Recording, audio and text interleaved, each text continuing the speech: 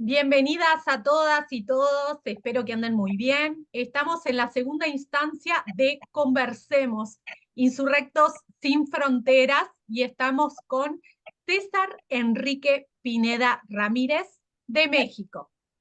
Martín. Sí, César Pineda es sociólogo por la Universidad Autónoma Metropolitana, obtuvo el doctorado en Ciencias Políticas y Sociales y la maestría en Estudios Latinoamericanos en la Universidad Nacional Autónoma de México, ambos con mención honorífica. Realizó 2 estancias postdoctorales en el Instituto de Investigaciones Económicas y una más en la Universidad Autónoma Metropolitana Azcapotzalco. Su investigación se centra en la contradicción del capital con la naturaleza, los movimientos sociales, la autonomía, el Estado y la comunidad. Ha sido profesor en la Facultad de Ciencias Políticas y Sociales de la UNAM y en la UAM. A partir de 2024 es profesor investigador de tiempo completo en el Instituto de Investigaciones José María Luis Mora. Es activista y acompañante en múltiples movimientos sociales. Bienvenido, César, y muchas gracias por compartir esta tarde-noche con nosotros. Muchas gracias por la invitación, muchas gracias a ustedes por organizar esta iniciativa.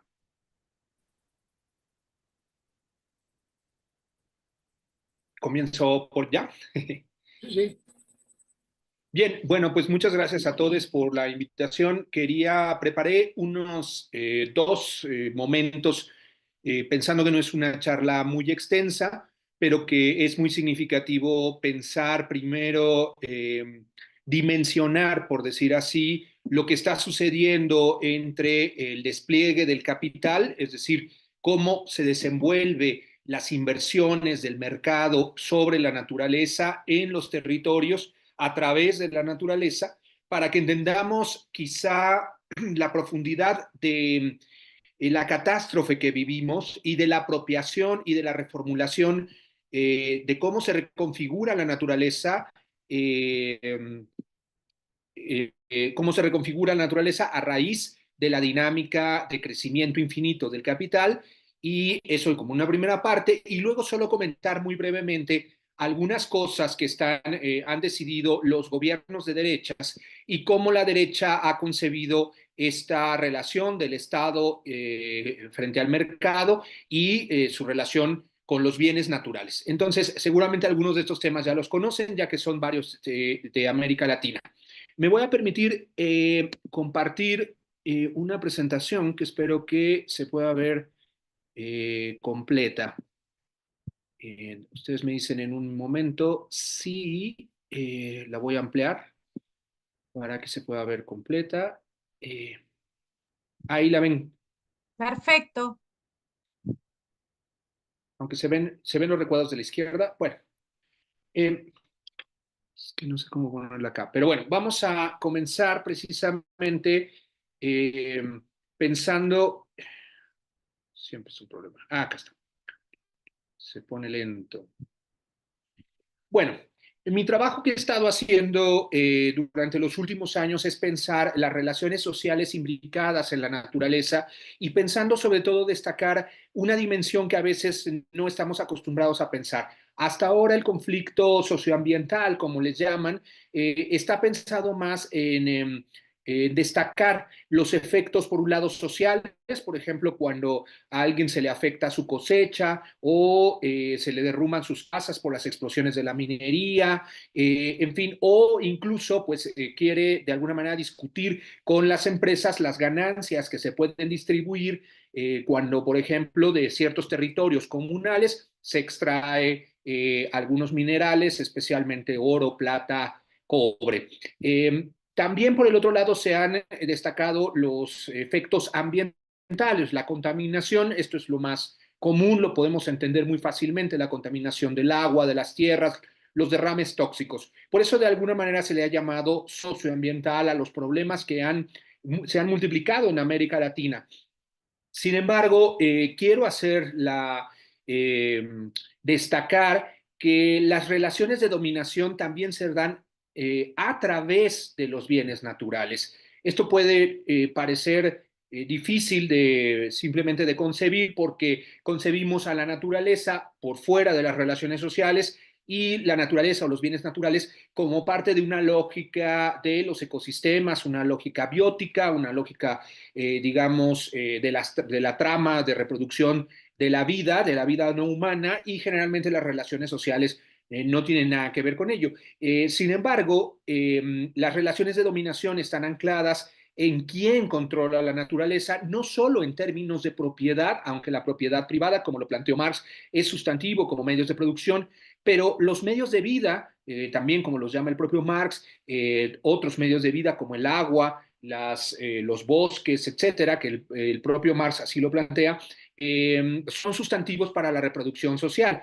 Sin embargo, no es solo la propiedad, sino cómo se accede a los bienes naturales, el control y gestión de esos bienes naturales, quién y bajo qué esquema los controla, los gestiona y para qué se orientan el uso de los bienes naturales. Ahí es cuando planteo que en realidad lo que tenemos hoy también son conflictos ecopolíticos, porque corresponden a las relaciones de poder que hay entre quien tiene una gran capacidad para afectar los territorios y quien no tiene esa capacidad para hacer daño o revertir el daño frente a entes de fuerza, generalmente corporaciones privadas, generalmente es el Estado, frente a las comunidades que en muchas partes de América Latina mantienen ciertas formas de control y de gestión social de los bienes naturales que el propio Marx llamaba metabolismo social, es decir, el flujo más o menos dinámico de materia y energía,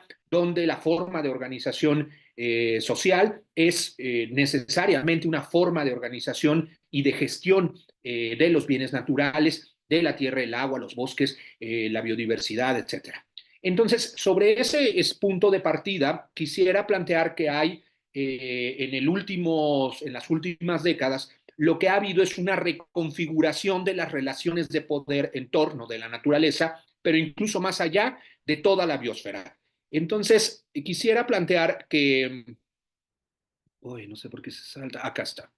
Oh, bueno, este, quisiera plantear un esquema que hemos desarrollado desde hace tiempo en relación a cómo es un nuevo régimen socioecológico. Cuando hablamos de régimen pensamos más en un régimen político, pero son las reglas precisamente que se siguen para acceder a la naturaleza, pero también se habla de cómo son las reglas internacionales de dónde fluye la materia y la energía hacia los centros más desarrollados, hacia las ciudades en unos casos, y también hacia el norte, del sur hacia el norte. Como verán, estos dos elementos que menciono son precisamente relaciones de poder. El sur otorgando al norte, que es algo muy común y que conocemos más generalmente todos, cómo se transmite el imperialismo ecológico permite que haya estas asimetrías en relación a quién consume más los bienes naturales, que es también bastante conocido, cómo se traslada incluso no solo directamente materia, esto es muy obvio en la minería, sino también, por ejemplo, en el monocultivo, por ejemplo, en el aguacate. En Chile se está cultivando mucho aguacate, consumido mucho en Europa, y hay un traslado, por ejemplo, de agua, sin que lo pensemos así, porque generalmente pues el aguacate o la palta, como le dicen también en Chile, necesita mucha agua para su cultivo y se traslada el bien natural a través de estos productos hacia el norte global. Ese nuevo régimen socioecológico que simplemente quiero desglosar para que entendamos la dimensión de cómo el capital, las inversiones, se despliegan sobre la naturaleza, en la naturaleza o a través de la naturaleza. Hay una discusión teórica al respecto. Tiene que ver con estas 5 dimensiones que vemos en la pantalla. El primero es un nuevo régimen agroalimentario. Todos hemos, especialmente Argentina, todo el Cono Sur, pero también Brasil, está afectado efectivamente por una nueva oleada de monocultivos para las exportaciones. Sin embargo, como todos bien sabemos, hay este nuevo régimen de la agroindustria, necesita muchos agrotóxicos. Esta nueva forma de cultivar, que bueno, ya después de varias décadas en realidad ya no es tan nuevo, es una forma de agotamiento de la tierra, una forma de consumo de agua gigantesca, pero que en buena medida está destinada también a alimentar a la gran industria ganadera. Es conocido, por ejemplo, que en Brasil buena parte de las miles y miles de hectáreas destinadas al forraje, a la soya y a otros cereales, en realidad está destinada a la exportación, por ejemplo, para el ganado chino, para toda la industria de la carne. Y esta forma de reorganización de lo agrícola y también de las otras especies no humanas, otras especies animales para la alimentación, es una de las formas de reorganización de la producción mundial en las décadas, pues, de lo que podríamos llamar el neoliberalismo. El nuevo régimen agroalimentario, entonces, que cada vez tiene más biotecnología y que tiene cada vez más apropiación gigantesca de las tierras, más miles y miles de hectáreas puestas a producir hacia los mercados internacionales, es uno de los elementos. Entonces, ¿cómo se despliega el capital en la naturaleza? Siempre digo como si fueran los dedos de una mano, que el capital se apropia de la naturaleza y rehace la naturaleza, no solo en la forma extractivista, que es la que también está, por supuesto, a un lado, que es la que conocemos más, es la que provoca pues más rechazo en América Latina. Hay cerca de 200 o 300 conflictos mineros en todo el continente en relación a la extracción de minería, porque es quizá la más sucia junto a la extracción petrolera. Bueno, ambas son minería, pero de minería metálica y de minería de fósiles. Es la que generalmente nos oponemos y la que es mucho más fácil de identificar, porque tiene esta concepción que algunos autores llaman desbrozante. Solo se necesita un elemento generalmente abiótico del ecosistema y destruyes todo, lo haces literalmente explotar, deshacer, por eso la concepción desbrozante, para llevarte solamente el elemento que deseas. Como verán, son dos formas muy distintas de esta mano del capital sobre la naturaleza. El primero, el nuevo régimen agroalimentario, cómo poner la tierra a trabajar. El segundo es cómo extraer elementos generalmente abióticos de los ecosistemas. El tercero es el imperialismo energético, una disputa que es también bastante conocida por el tema de los fósiles, pero que hoy se extiende a quien controla las regiones donde los vientos, o bien los lugares donde la energía eólica, o incluso donde las corrientes del mar para generar energía maremotriz pueden generar nuevas formas de energía. Hay una gran apropiación corporativa en todo el planeta para apropiarse de estas regiones. Acá en el caso de México, en la región de Oaxaca, donde hay una región de vientos muy importante, la ventosa, de hecho se llama así, pero también en el Istmo, hay un proceso de apropiación invasiva para montar grandes hélices de la producción eólica, generalmente de compañías transnacionales españolas, que se apropian de los territorios. Necesariamente tienen que pasar por montar y por tanto apropiarse de los territorios que antes eran de campesinos, para poder construir las grandes hélices productoras de energía eólica, que a gran escala, estamos hablando que en algunas regiones se montan 2.000, 3.000, 5.000 hélices gigantescas, cambian por supuesto toda la región. Es muy común hablar de la acumulación por despojo, pero en ese sentido el control de la tierra es fundamental para el control de los vientos. Hay otros elementos en otros pueblos indígenas que también han sido afectados por ejemplo, la energía maremotriz, generalmente pueblos campesinos pescadores, que tienen una relación muy importante con los ecosistemas locales en los mares.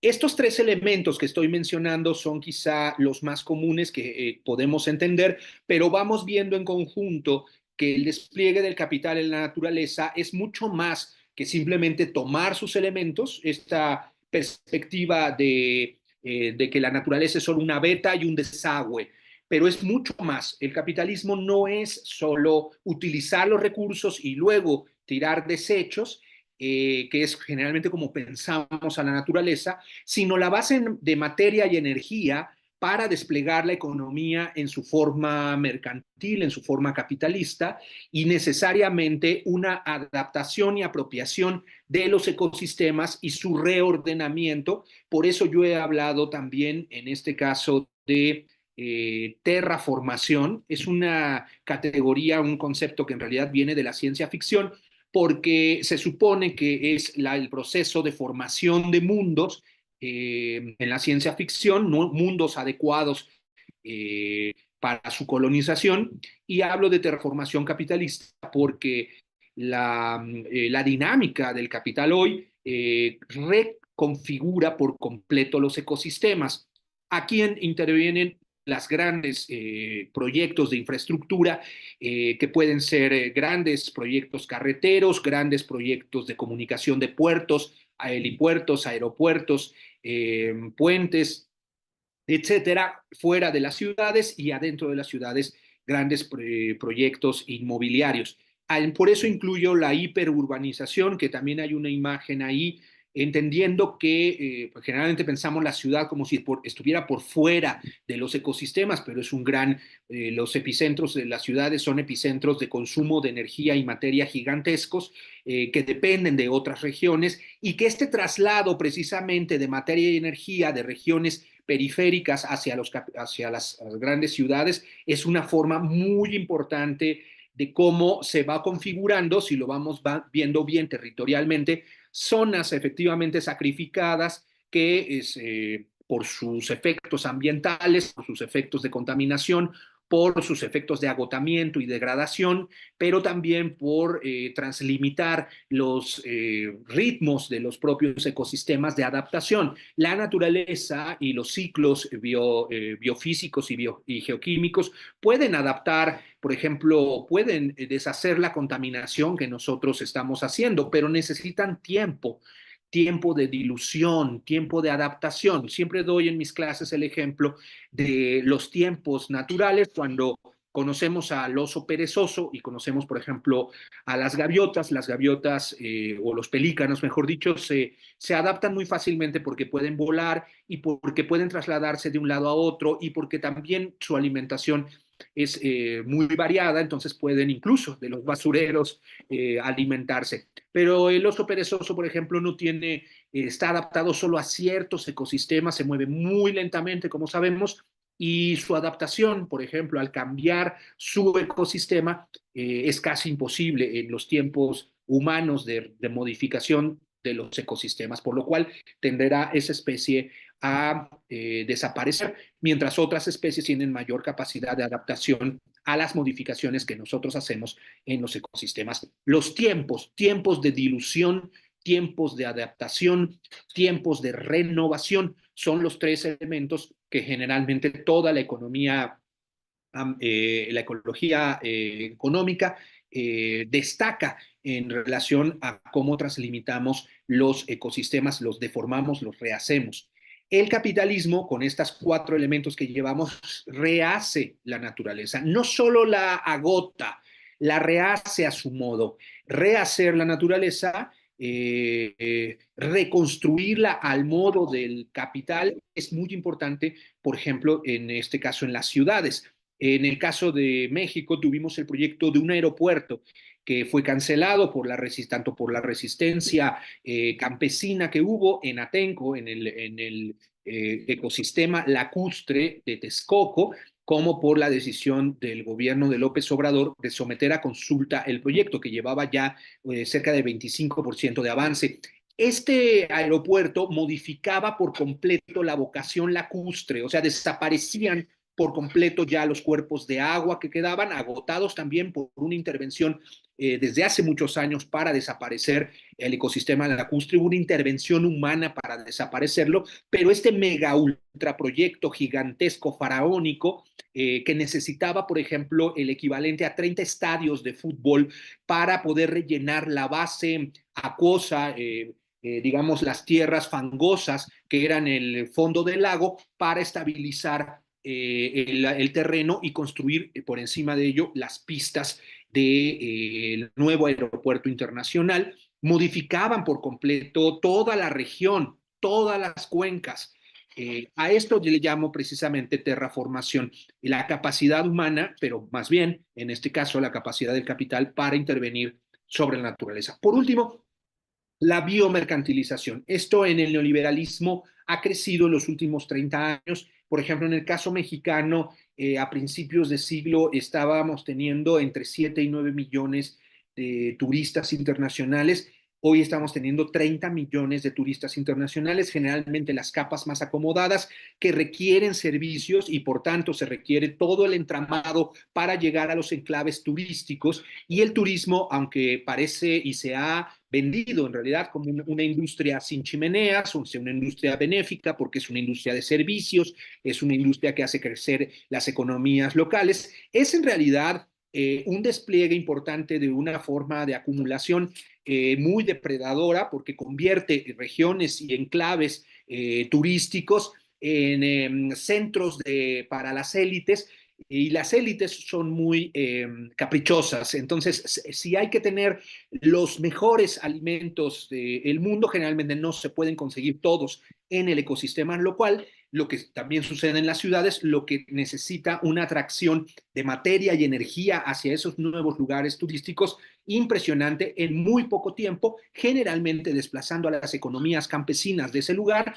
deshaciéndolas y haciendo que los viejos campesinos se conviertan en los trabajadores del sector turístico. A eso le llamo biomercantilización, porque es como poner a la naturaleza a trabajar para que veas a los ecosistemas, para que veas a las ballenas, para que veas al cocodrilo, para que incluso tenemos en el caso mexicano algunos ejemplos donde ecosistemas donde no había cocodrilos, se les puso cocodrilos ahí para que, como atracción turística, ¿no? Es decir, si solo ves un manglar, pues parece no muy atractivo a pesar de su biodiversidad, pero si lo ves con un cocodrilo, entonces acudes a ver y comprar las entradas para el recorrido ecoturístico. Bueno, estas 5 planteamientos, y con eso termino para pasar el elemento, lo que quiero destacar es cómo el capital y las relaciones de mercado se expanden a través de la naturaleza, reconfigurando todos los bienes naturales, todas las relaciones con las especies. El trabajo y la tecnología son nuestra forma de mediación con la naturaleza, que como ya lo podemos ver en sus 5 formas, es impresionante la capacidad de apropiación y reconfiguración, de rehacer la naturaleza, pero también como, por supuesto, entendemos el capital con esta dinámica cada vez más rápida puede rebasar los 3 dimensiones que mencionaba hace un momento. Los tiempos de renovación, por ejemplo, con los monocultivos, en Chile es muy común en la industria forestal, generalmente se cultiva pino y eucalipto, pero surgen las contradicciones propias de los tiempos ecosistémicos. El pino y el eucalipto son las especies madereras que crecen más rápido, pero al crecer más rápido, para hacerlo, para poderlo hacer, necesitan más agua. Entre más pino y eucalipto se cultiva, más los mantos acuíferos se agotan más rápidamente. A su vez, la forma de monocultivo, que ustedes saben bien que es un cultivo de una sola especie, como su nombre lo indica, hace que esos cultivos peligren más frente a las plagas, porque no hay biodiversidad que controle ecológica y naturalmente a esas plagas, por lo cual requiere más agrotóxicos, es decir, pesticidas que contaminan no solo los mantos acuíferos, sino también las comunidades, por ejemplo, en este caso mapuches, que están alrededor de estas operaciones forestales. Podemos entender también la sobreproducción de agrotóxicos en el caso del régimen agroalimentario, utilizando pesticidas que ustedes saben por ejemplo, el glifosato, que es muy común en algunas de las latitudes donde ustedes viven, y también acá, es el pesticida que permite eliminar lo que dicen son las hierbas, las malas hierbas, las hierbas que no son vendibles, que no son parte de del cultivo para las exportaciones, con graves efectos ya comprobados, por ejemplo, sobre los insectos y sobre los polinizadores. No solo matan las malas hierbas, todo campesino sabe que el mayor trabajo que tiene al cultivar para cuidar a lo largo del proceso de cultivo es ir quitando las hierbas pues, que van saliendo naturalmente alrededor de las especies que sí son comestibles o vendibles. Y que estarlo haciendo a mano pues es muy costoso o muy fatigoso. La forma que encontró precisamente el mercado capitalista de hacerlo es con la química y crean nuestros agroquímicos que nos solo matan a esas malas hierbas, también matan, por supuesto, a otras especies y si matan a los polinizadores, a las abejas, pues todos entendemos el efecto que tiene en relación a la polinización y a la reproducción de la vida de los ecosistemas. Yo podría seguir en cada uno de estos con los efectos, no tenemos mucho tiempo, pero me gustaría simplemente, como es bastante conocido, dar un par de ejemplos en el sentido de cómo se ha calculado en la extracción de oro, que para producir un solo gramo de oro se necesitan entre 450 y 1.500 litros, dependiendo de la técnica, es la minería a cielo abierto, muchas veces utilizada con grandes explosivos. Los grandes explosivos destruyen todas las rocas, de las rocas se trituran, por lo cual se necesita una enorme energía para las máquinas trituradoras, pero a su vez la disolución de la tierra y las rocas con muchos químicos que incluyen arsénico y otros pues, contaminantes y que son mortíferos que contaminan también las aguas.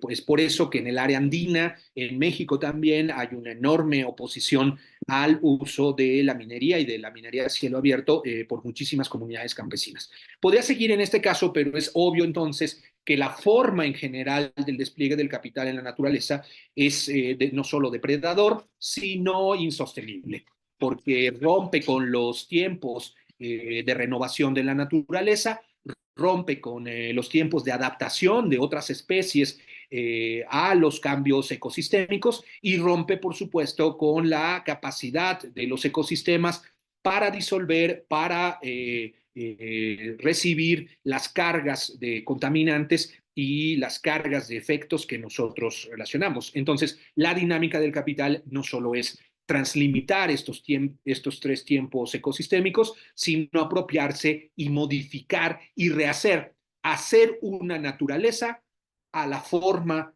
del capital, rehacer una naturaleza que convenga a los intereses del capital. Déjenme avanzar para poder, no sé por qué con el Zoom se pone lenta la presentación, entonces déjenme desconectar un momento y para hacer algunos comentarios sobre la derecha, que quizá mejor lo voy a hacer sin la presentación porque se traba. Quería compartir con ustedes algunos elementos que he encontrado al revisar pues cuáles son las actitudes de los gobernantes, las políticas que tienen que ver en relación a la naturaleza de todos ellos y en especial pues de la derecha. Tres ejemplos de las derechas nuevas, de esta nueva oleada. Algunos autores hablan de posfascismo o neofascismo, es decir, una extrema derecha que no tiene todos los componentes del fascismo italiano o del nazismo alemán del siglo XX, pero que tiene algunas reverberaciones, algunas consideraciones de esa vieja derecha. El neofascismo o el posfascismo no tendría un tercer proyecto diferente al que en su momento ofreció como tercera vía. Hay que recordar que el nazismo o el fascismo se ofrecieron como tercera posibilidad frente al liberalismo y frente al comunismo, es decir, frente al centro y frente a la izquierda. La derecha nazi y fascista se presentaron como tercer proyecto emancipador. Estos no lo tienen, pero tienen elementos, discursos que evocan algunas medidas extremas en relación para esta nueva derecha que ha surgido por la crisis de hegemonía del neoliberalismo. El neoliberalismo ya no es el modelo que consensa entre las clases dominantes, que las une. Las clases dominantes se han dividido tanto política como económicamente para entender cuál es el elemento que los puede unir. Esto se puede ver muy claramente entre demócratas y republicanos, que tienen diferencias importantes de cómo se tiene que seguir reproduciendo el capitalismo hoy, y tienen esas diferencias en cómo se debe reproducir el capitalismo a través de la naturaleza. Menciono algunas. En el tema de los agrotóxicos, que ya mencionaba yo por su peligrosidad, como el glifosato o estos grandes pesticidas que contaminan los mantos acuíferos o los bosques, los desiertos verdes que le llaman por ser monocultivos de pino y eucalipto, Bolsonaro en algunas ha producido prácticamente en su gobierno, hoy está gobernando Lula, pero en su momento prácticamente convirtió a Brasil en el paraíso de los pesticidas. Abrió por completo la desregulación para permitir todo tipo de pesticidas. Milei en Argentina, que ustedes conocerán también muy bien, está reduciendo los aranceles para un mayor comercio de agroquímicos en toda la lógica de libre comercio extremo, podríamos decir. Yo le llamo a este tipo de medidas turbocapitalismo, es decir, abrir el comercio sin ningún tipo de límite, sin ningún tipo de contención. Trump, por supuesto, también abrió los permisos para el uso de pesticidas, incluso pesticidas que había sido comprobado tenían efectos sobre el cerebro humano, es decir, contaminantes, venenos, que sin embargo los tres consideran que el mercado de agrotóxicos, de pesticidas, es fundamental. El segundo elemento, simplemente para comentar, es el de cambio climático. ¿Qué ha dicho Bolsonaro? Ha dicho que el cambio climático no existe, que es una cosa de activistas que gritan. Ha dicho y negado que la Amazonía sea un pulmón del planeta y que le corresponde también a otros gobiernos o al mundo discutir lo que sucede con la Amazonía. Digamos que el cambio climático, el negacionismo, es el elemento que identifica a las extremas derechas en relación a sus posturas radicales. Milei ha dicho que no niega el cambio climático, pero que solo que hay ciclos naturales. Lo que explica es que el cambio climático podría corresponder a un nuevo ciclo natural. Pero también ha declarado esto: todas esas políticas, la está hablando contra el cambio climático, que responsabilizan al ser humano del cambio climático, son falsas, y lo único que buscan es recaudar fondos para financiar vagos socialistas que escriben papers de cuarta. Evidentemente el desprecio contra las políticas de cambio climático corresponde a toda una posición ultra radical, no solo del negacionismo, sino de abrir lo más posible las políticas, que ahorita hablaré de los combustibles fósiles. Conocemos bien que Trump se retiró del Acuerdo de París, que ustedes recordarán es el acuerdo sobre el cambio climático, un acuerdo voluntario, o sea, muy poco disciplinante de los gobiernos, porque los gobiernos solo lo cumplen si así lo desean, pero para reducir las emisiones de aquí durante todo el siglo, para ir reduciendo y saliendo del consumo de fósiles e irlo sustituyendo por energías renovables. Trump es conocido que se retiró del Acuerdo de París, este acuerdo internacional que mencionaba. También los informes sobre cambio climático, el propio Trump ha dicho: no me los creo, dice, no es lo que su propio informe sobre cambio climático en Estados Unidos, y ha dicho que no cree que la ciencia realmente sepa lo que está sucediendo.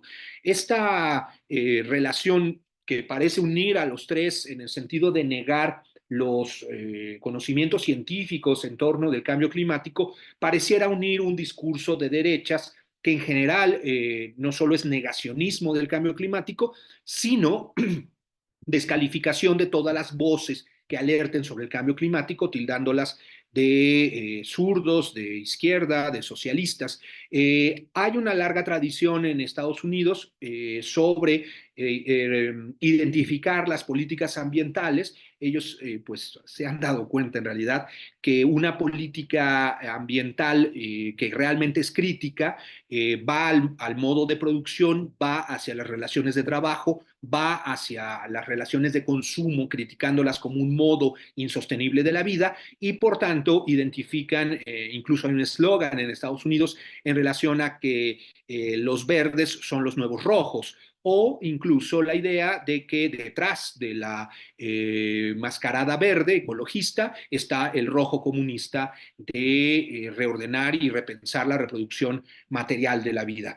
Y creo que tienen un poco de razón en decirlo, porque el cuestionamiento que hacemos desde el ecologismo radical y desde el ecomarxismo o desde otras disciplinas cuestiona no el centro del consumo y no solo las energías insostenibles como los combustibles fósiles, sino en general el modo de apropiación de la naturaleza por el capital, y por el otro lado, lo insostenible de la producción y el consumo infinitos en ecosistemas finitos. Para ir casi terminando, los fósiles, en el caso de los fósiles, Bolsonaro ha dicho qué fue lo que promovió Bolsonaro durante su gestión: la ampliación de los subsidios a los combustibles fósiles, esto hasta quizá 2040. Claro, Lula ha venido a revertir algunas de estas medidas. Hay ampliación de los biocombustibles. Los biocombustibles son una de las soluciones que decimos siempre que hablamos en materia ecologista y ambiental, de las soluciones falsas del mercado capitalista, del greenwashing, porque se producen combustibles para los autos con base en parte o total con caña, con alcohol, con maíz, que se puede producir energía, solo que hay una contradicción fundamental, y es que de por sí ya tenemos miles, millones y millones de hectáreas destinadas a la producción del forraje para el ganado, que ya lo he mencionado, y es imposible mantener el crecimiento del uso del suelo y de las tierras ahora, no solo para el destino para que la gente coma, tampoco para que las vacas coman, sino para orientarlo para que los autos coman, por decirlo así. Es un absurdo ambiental acaparar tierras para la producción de biocombustibles.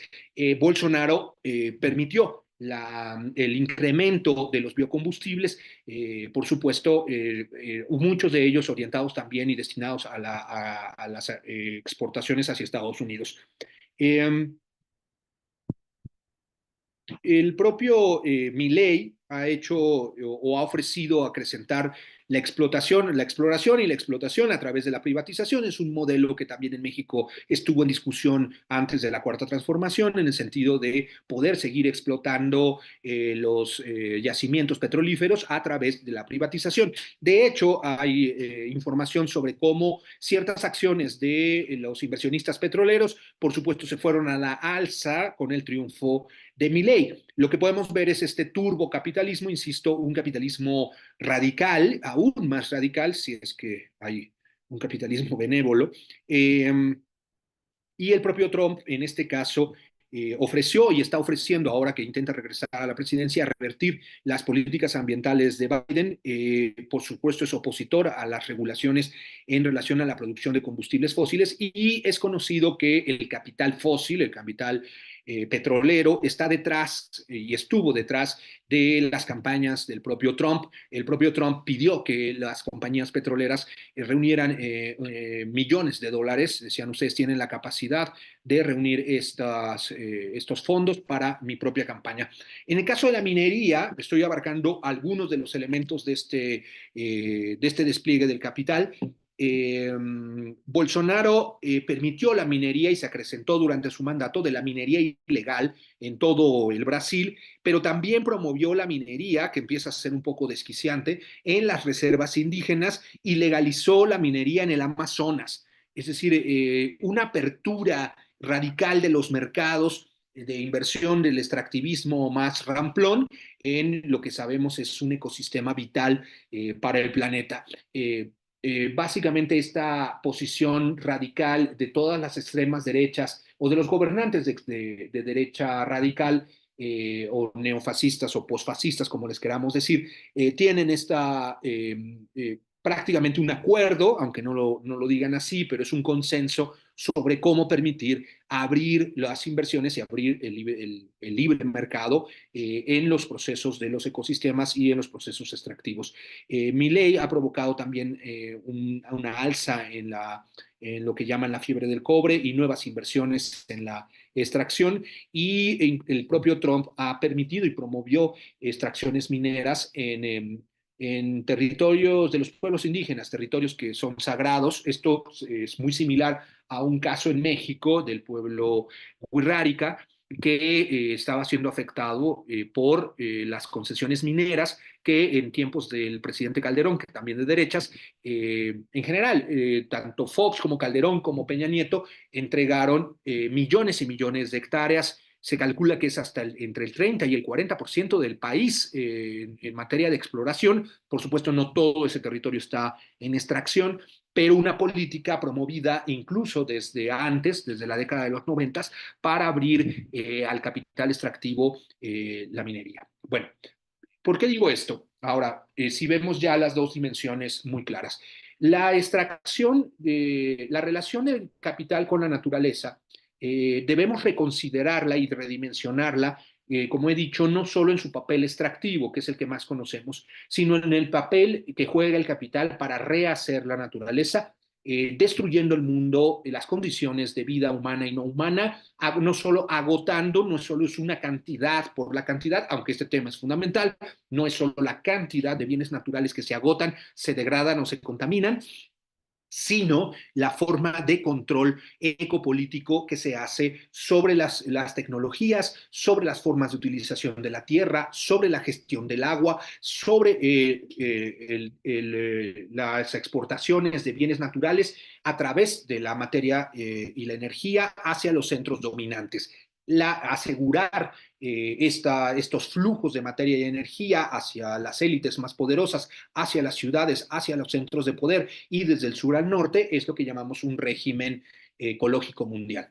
Y por el otro lado, lo que estamos viendo es que los gobiernos de derecha extrema están haciendo en sus políticas, rompiendo todas las barreras sociales, legales, para acceder a los bienes naturales y mantener estos flujos energéticos del régimen ecológico mundial, pero con una enorme dosis de violencia, por un lado, y una enorme dosis de libre mercado, un libre mercado que por eso he llamado turbocapitalista, porque radicaliza, destruye toda regulación, todo límite, toda contención, pero que lleva la lógica del capital en sí misma. Es decir, es lo que necesitan numerosos inversionistas, es lo que necesitan grandes corporaciones, es lo que necesitan grandes empresarios, destruir siempre toda regulación y todo obstáculo socioambiental, socioecosistémico, para mantener la lógica de acumulación, a pesar de las consecuencias que esto produzca.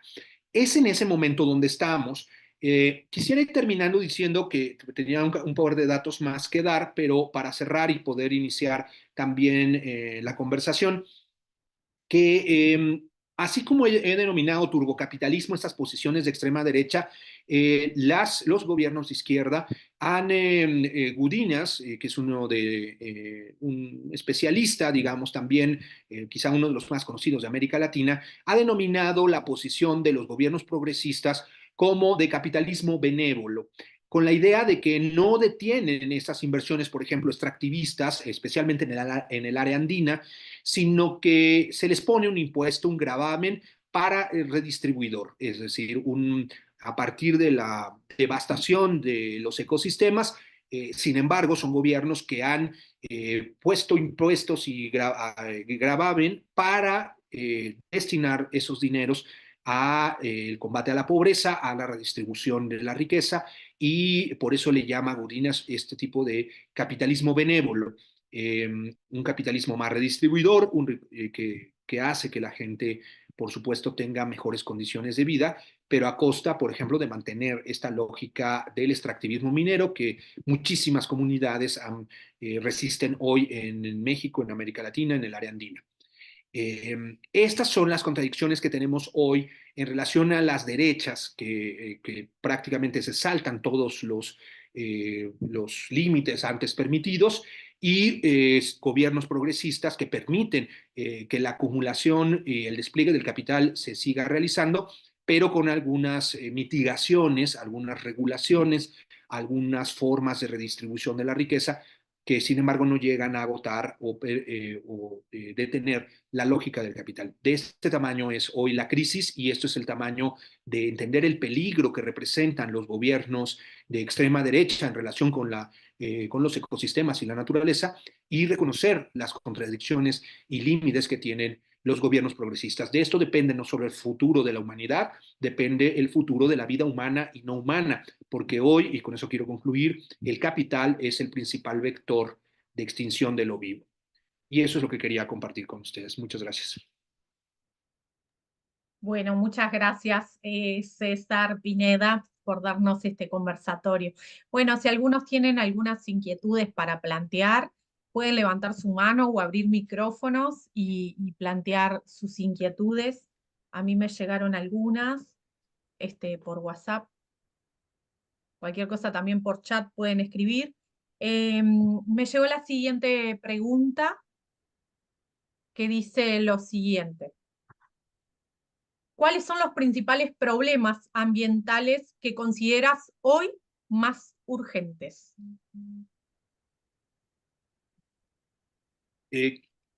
Sandra, si quieres, juntamos varias y ya Perfecto, perfecto, sí.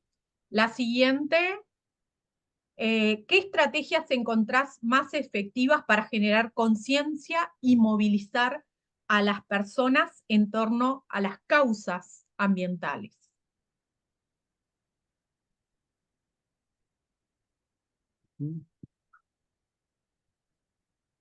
Dale, Martín, ¿sí? No, yo quería preguntarle a César, el panorama que pintaste es bastante desolador, ¿no? Y quería preguntarte, ¿qué opciones te parece que tenemos? Porque hoy día me parece que la cosa políticamente está dividida entre unas nuevas derechas extremas eh, y unas políticas de capitalismo benevolente, pero ninguna de esas dos opciones eh, da una respuesta viable para lo que es el medio ambiente socionatural. Entonces, ¿qué opción a eso se te ocurre posible?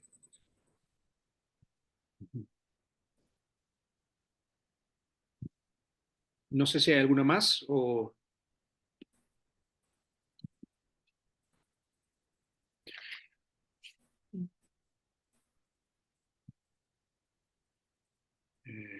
Ismu Valle, Bueno, acá salió esta Sí, adelante. otra. sería El papel. saber ante el cambio climático, digamos, qué perspectivas en términos casi como, pues, de lectura cercana hay como de situación, pues, de crisis y, digamos, en una lectura, pues, que pueda medio predecir en términos de tiempos, pues esta situación tan compleja que ahorita estamos viviendo, pero que se está acelerando terriblemente. Gracias.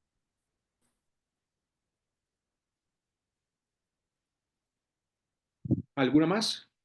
No sé si alguien más quiere plantear algo más.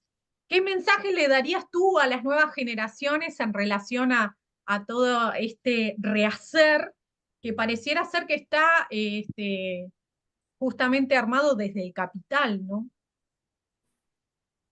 Sí. Bueno, a ver, primero, son muy buenas preguntas y bueno, como no había mucho tiempo, no pude hablar de muchas alternativas, pero eh, creo que hay que irnos identificando y creo que todos y todes nos tenemos que ir. Yo empecé a investigar sobre esto porque se vino como un problema práctico, no como un problema solo teórico o por una conciencia ambiental, sino porque en el trabajo con las comunidades con las que he trabajado muchas décadas, se vino una oleada de invasión a sus territorios que no entendíamos por qué estaba sucediendo o que era una nueva forma, mientras en los 90 se daba la oleada privatizadora, en los 80 y los 90 la oleada privatizadora sobre bienes estatales, ¿no? Las compañías, el desempleo, etcétera. Lo que vimos a partir de, al menos en México, a partir de la primera década de este siglo, era una expansión de las inversiones hacia territorios campesinos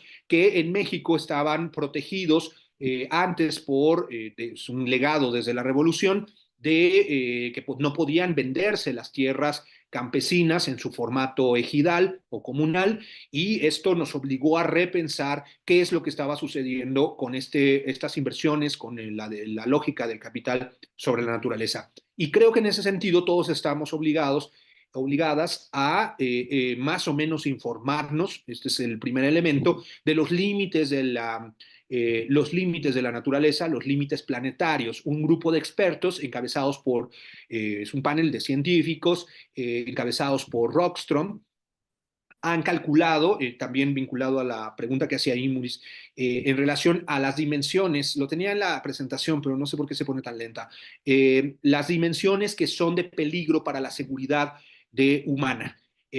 Uno, por ejemplo, que no es tan conocido, es la acidificación de los mares. Estamos derramando tantos tóxicos y tantos componentes químicos en las aguas que si se contaminan los ríos, pues muchos de ellos llegan a los mares y los mares mismos están siendo contaminados. Por ejemplo, ese es un límite planetario que ellos han identificado porque al acidificarse los mares, es decir, subir el ácido o su componente, digamos, químico de los mares, esto puede hacer que los corales mueran. De hecho, ya están muriendo, muchos de ellos en muchas zonas. Pero los corales son básicos para, ahí ponen los huevecillos muchísimas especies, son lugares de refugio para muchas especies y por tanto para la reproducción de la vida en el mar. Y en buena parte de nuestra vida depende de la vida marítima, aunque no lo entendamos directamente. Estos límites en relación a los problemas más urgentes son 10 dimensiones, bueno, 9 a 14 dimensiones, dependiendo de la versión actualizada.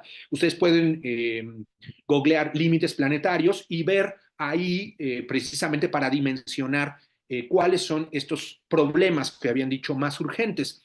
Está el uso de tierras, es decir, la deforestación que hace cambiar los bosques y las selvas a monocultivos para, para hacer comer a las vacas, porque es básicamente eso. Es decir, hoy se destinan mucho más tierras para hacer comer a las vacas que para hacernos comer a nosotros.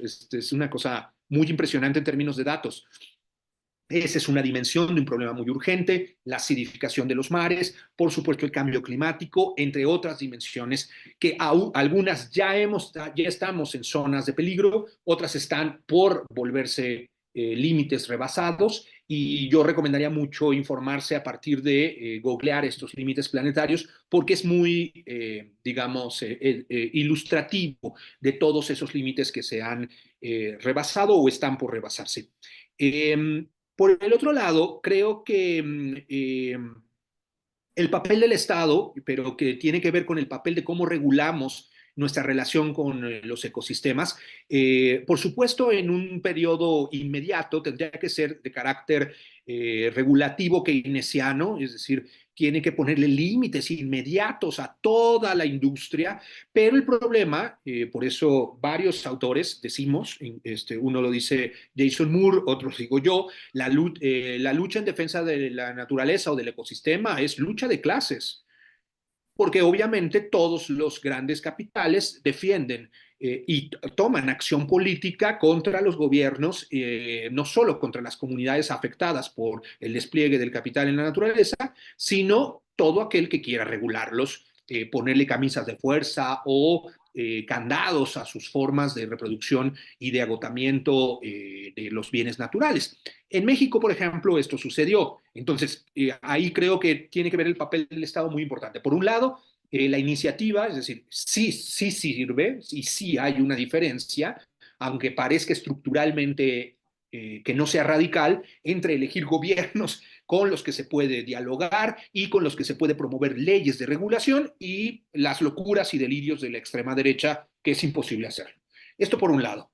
Pero es muy importante poder promover e incidir en regulaciones. En México, el propio gobierno de la Cuarta Transformación lanzó una iniciativa, es la ley más avanzada, es la única de las leyes de todo este sexenio que diría es una ley que realmente detiene y frena al capital minero en concesiones de agua, en tiempos de concesión, en formas, pero al llegar al Congreso, por supuesto, el gran capital minero, que en México está concentrado en unas cuantas manos, se puso a cabildear, a amenazar al gobierno, a comprar diputados, incluso de los diputados de izquierda, y frenó esta ley y quedó una ley, pues digamos, mucho más laxa, una ley que es mucho más permisiva y que no resuelve el problema que las comunidades habían estado demandando en relación al agua, la contaminación, etcétera. Por eso, lucha de clases.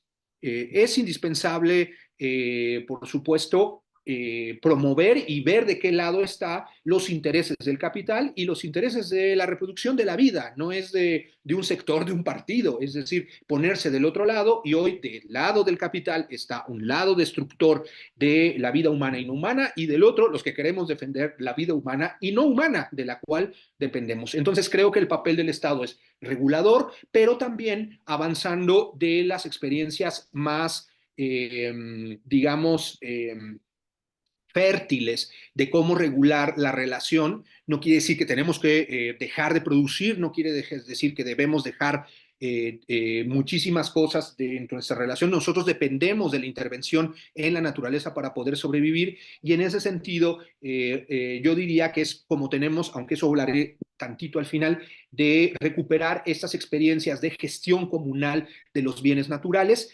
Ahorita regreso sobre eso. Ahora, creo que políticamente, en este otro lado, por un lado la incidencia, es decir, elegir gobiernos que sí regulan, incidir en las leyes de la regulación, pero por el otro lado está también la movilización.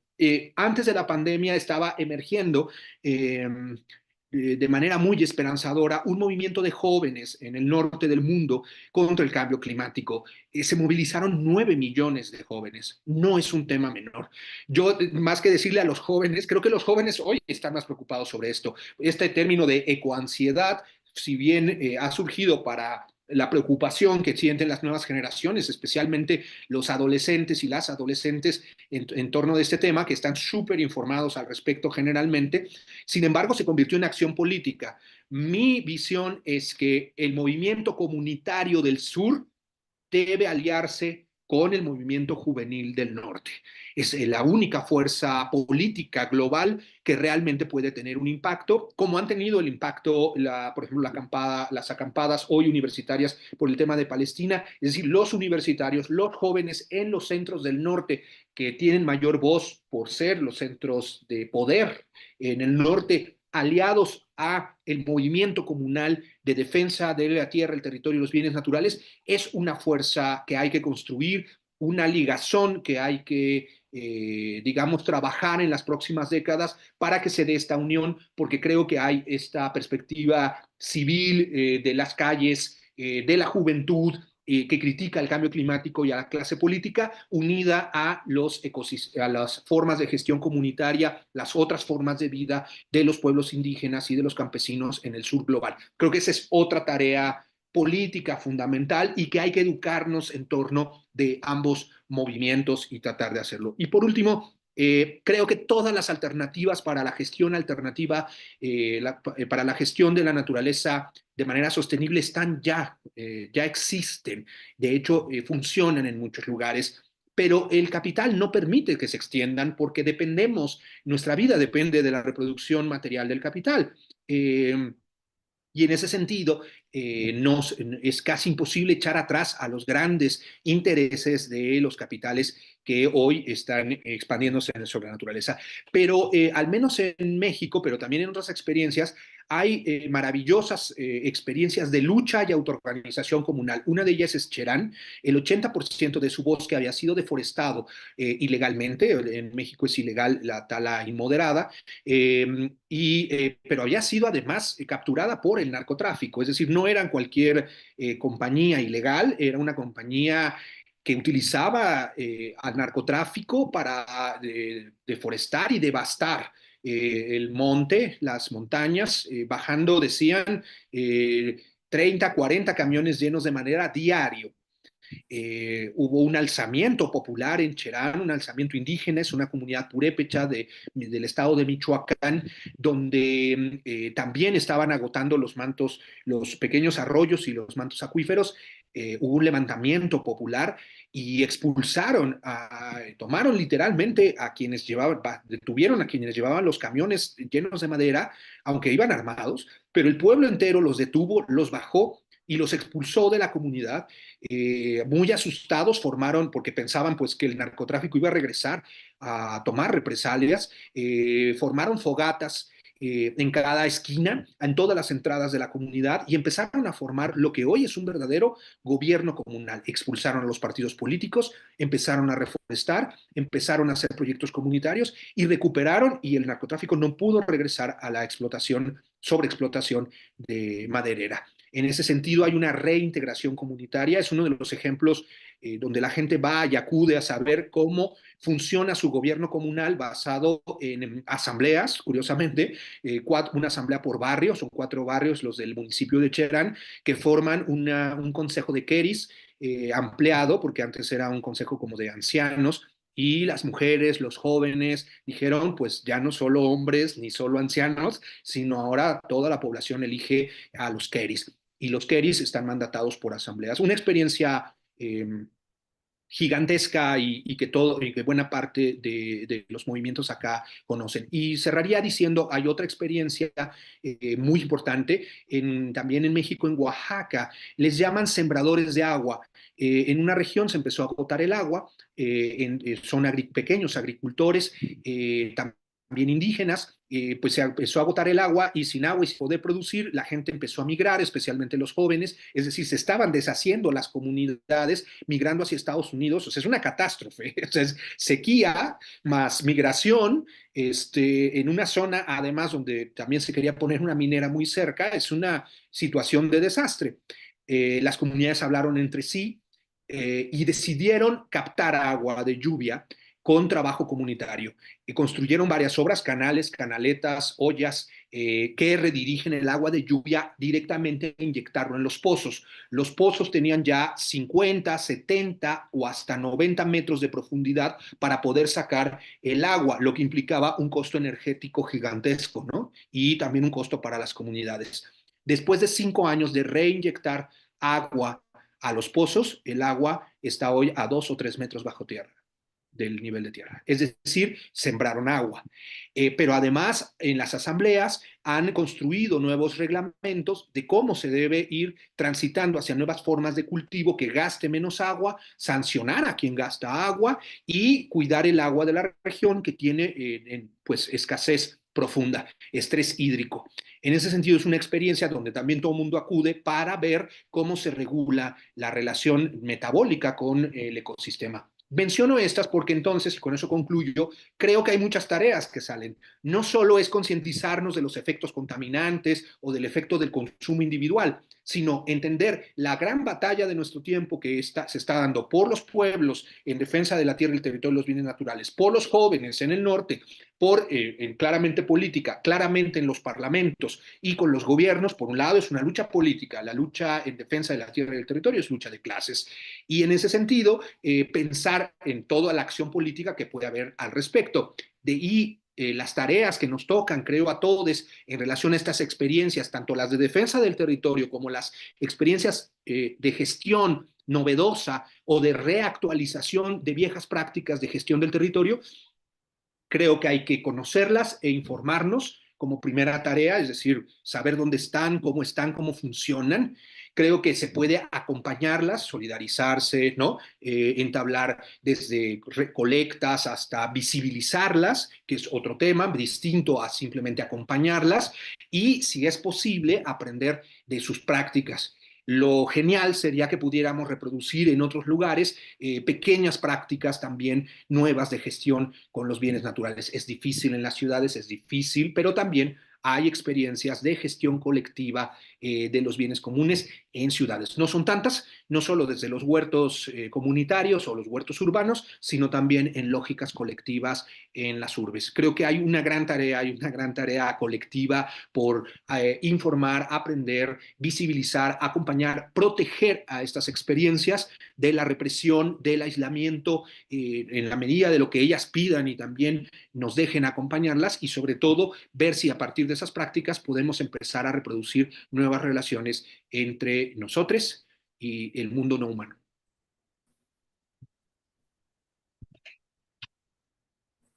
Muchas gracias. Leo el chat. De las pocas izquierdas en ciernes de Latinoamérica, pese a que estamos hablando de derechas, la de México que está floreciendo, por mencionar el 2 de julio, mi pregunta es, en cuanto a su tema expuesto, ¿hay posibilidades de ver opciones positivas para el futuro? Bueno, hablaba yo ya de estas. Creo que estamos en un momento crucial y creo que lo que tenemos que hacer, como hicieron muchos y muchas en el pasado histórico, es a pesar de las oscuras perspectivas que hay en relación a la devastación ambiental, es no bajar la cabeza ni la lucha. Es decir, ¿qué hubiera sido de aquellos y aquellas? ¿Qué sería de nosotros si se hubieran dado por derrotados y derrotadas quienes les usurparon las tierras en el siglo XVI? ¿Qué sería de nosotros y nosotras sin organización y derechos laborales? ¿Qué sería? Siempre explico a mis estudiantes, que también son muy jóvenes, porque la información es muy, muy alarmante. Pero así como el colonialismo terminó, como el esclavismo terminó también por la lucha, los países colonizadores fueron expulsados y la regulación del trabajo permitió nuevos derechos y hacer vivible, un poco más vivible la vida. Creo que esas experiencias nos muestran que a pesar de lo terrible de la situación que hoy vivimos, incluso planetaria, no podemos echarnos atrás y que no solo depende de nosotros estas formas de visibilización, de acompañamiento, de aprendizaje y de reproducción de nuevas prácticas con la naturaleza, sino que el futuro de la humanidad y del mundo no humano depende de nuestra acción. Creo que se está expandiendo la acción en defensa de la tierra, el territorio y los bienes naturales. Es una necesidad, no es solo por conciencia ambiental, así como se decía que tenías como que leer El Capital o a Marx para darte cuenta de tu conciencia de clase. Bueno, en los hechos es que las contradicciones que está provocando el capitalismo en la naturaleza están haciendo que cada vez más gente se dé cuenta de lo que está sucediendo, y está surgiendo cada vez más organización, cada vez más límites, cada vez más gente que cuestiona, y eso es un campo de oportunidad. Aunque suene horrible, pero el campo del desastre climático, de la sequía y de otros elementos de desastre abren la oportunidad para que más gente entienda y viva literalmente lo que es el capitalismo, y podamos avanzar en la autoorganización y en la concientización hacia la defensa de la tierra, el territorio y los bienes naturales. Patricia, creo Muy que bien, sí, ¿verdad? Patricia. Sandra, tú nos dices. Sí, sí. Bueno, yo quisiera saber cómo se le responde a quien te dice, yo me puedo quedar sin trabajo si se hace esto que tú dices, ¿no? Porque mi trabajo depende de algunos de los eslabones de la cadena de la explotación de la tierra. O soy minero, o soy no sé, alguna cosa que dependa que forme parte de la cadena de explotación de la tierra. creo que nosotros y todos tendríamos que pensar bueno, es que las versiones más radicales, por supuesto, hablan de la planificación de la producción en relación también al ambiente, es decir, una gestión que no es productivista, como fueron las economías centralizadas del mundo soviético, sino, por eso se habla de ecosocialismo. Yo hablo, por ejemplo, de la gestión en bioregiones, es decir, no podemos pensar que la gestión política en municipios o comunas o lo que en cada país tiene está por fuera de los ecosistemas, ¿no? Es decir, se tendría que gestionar, y esto no es una locura, el Frente de Pueblos en Defensa de la Tierra, eso exigió, por ejemplo, al gobierno de la Cuarta Transformación de Obrador, que cambiara la perspectiva no solo de su municipio, sino de la gestión de toda la cuenca. Y esto hizo cambiar, por supuesto, todos los planes de gobierno en relación a cómo están contaminados los ríos desde la montaña, cómo bajan hacia lo que fue el sistema lacustre, y el Frente de Pueblos en Defensa de la Tierra disputa con el Estado cómo se gestiona esa cuenca. Ahora, creo que necesitaríamos pensar cómo hablamos efectivamente con la gente que depende directamente, mi ejemplo siempre favorito es de la industria refresquera, de la industria de las bebidas gaseosas y embotelladas. Esta industria es quizá de las más insostenibles, pero fíjense, es de las menos vitales. Es decir, en este momento podríamos detener la industria en su totalidad y podríamos seguir viviendo, o sea, no pasa nada, pero efectivamente afectaría a la economía y a millones de trabajadores. Entonces, ¿cómo pensar efectivamente en un proceso de larga duración donde sustituimos empleos, incluso, por ejemplo, en toda la vertiente agroecológica se habla de cómo la industria hoy es intensiva en capital y poco intensiva en mano de obra, y cómo regresamos en ciertas áreas de la economía y en ciertas industrias a una intensificación de la mano de obra que daría mucho más empleo y que permitiría reintegrarse a sectores que hoy cada vez necesitan menos trabajadores por el proceso de tecnificación que a su vez requiere muchísima energía. En este sentido, habría que pensar en la planificación a mediano plazo, pero todo esto depende de condiciones políticas que hoy no tenemos. Por ejemplo, hoy hablar de cancelar la industria de Coca-Cola, parece una locura, es una utopía, o sea, parece más difícil que la Revolución Rusa y la Revolución Francesa juntas, ¿no? Es decir, por eso se habla de que parece más fácil pensar en el fin del mundo que en el fin del capitalismo. este, eh, pero tenemos que hacerlo, es decir, tenemos que volver a las discusiones de cómo sería una sociedad gestionada ambientalmente de manera sostenible, y esto pasa por efectivamente repensar cuáles industrias son indispensables, cuáles no podemos dejar pues, de producir.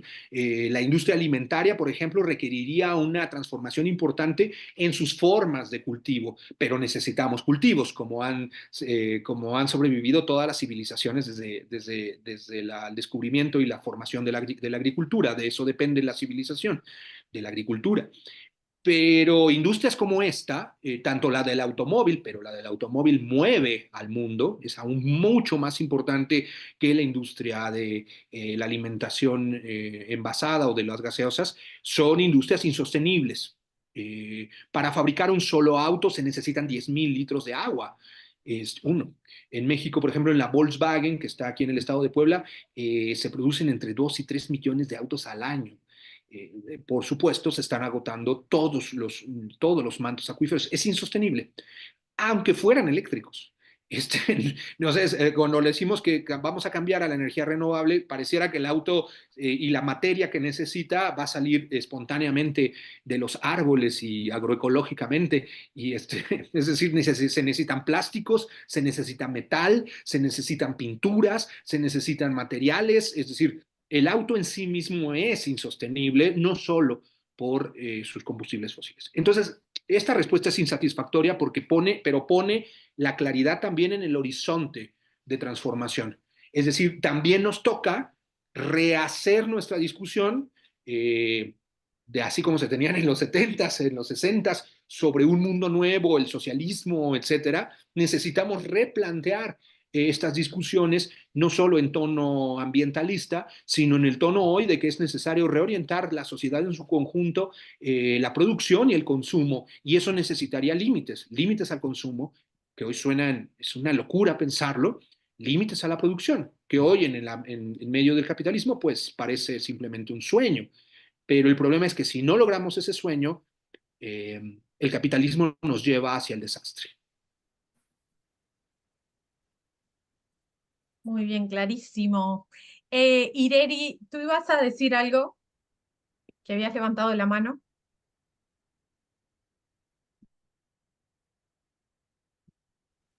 Estás muteada. Ya.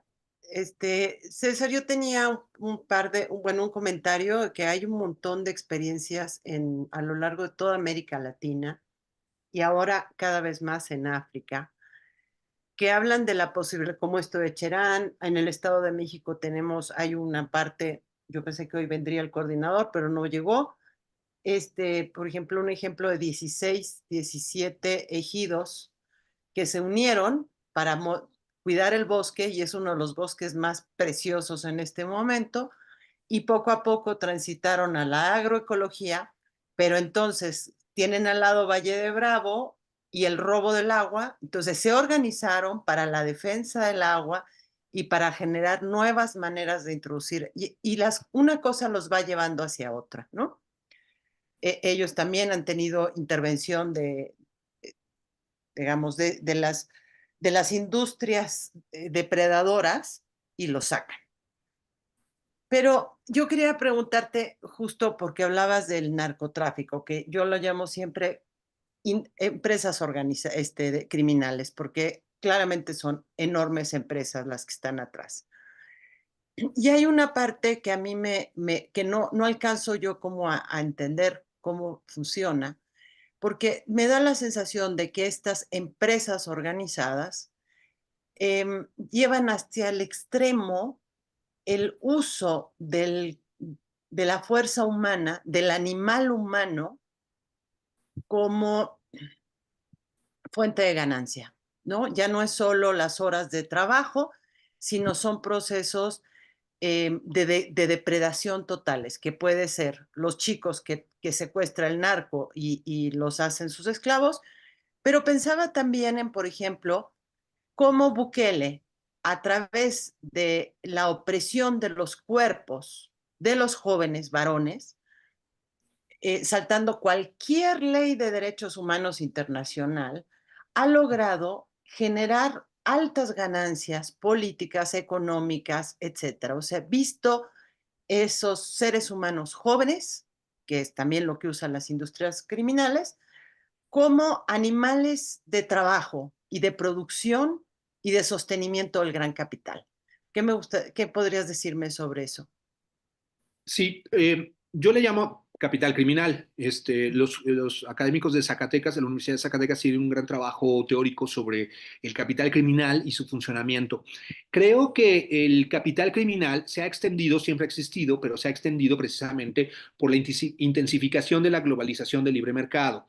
Si uno entiende que se abren las fronteras y se multiplica el comercio internacional, es casi imposible frente al el enorme, creo que no dimensionamos, cuando la pandemia, creo que pudimos dimensionar esto de que se traben, por ejemplo, los grandes buques que transportan cosas en ciertos lugares y que el tráfico de mercancías es como nunca antes impresionante, de millones y millones y millones de toneladas de mercancías, que es imposible regularlas. Es decir, llegas a un puerto y nadie se va a poner a revisar buque por buque, contenedor por contenedor, y por eso hay un tráfico impresionante de mercancías ilegales.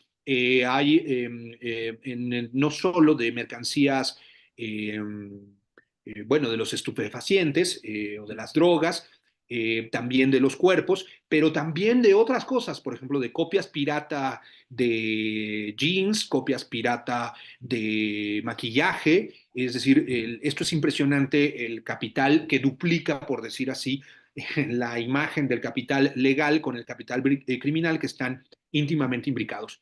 Creo que también hay un campo de oportunidad en el sentido de que varios gobiernos, e incluso académicamente también se habla ya de desglobalización, porque haber abierto por completo las fronteras está provocando un crecimiento incontrolado del mercado mundial. El mercado mundial hoy es un gran monstruo de 1000 cabezas.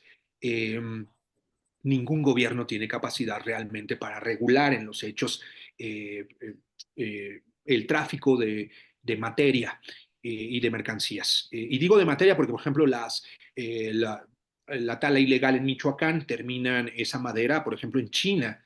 Eso necesita una gran logística que no es del pequeño, efectivamente, de pequeñas empresas criminales que se robaron ahí un par de camiones de madera. Eso es una industria.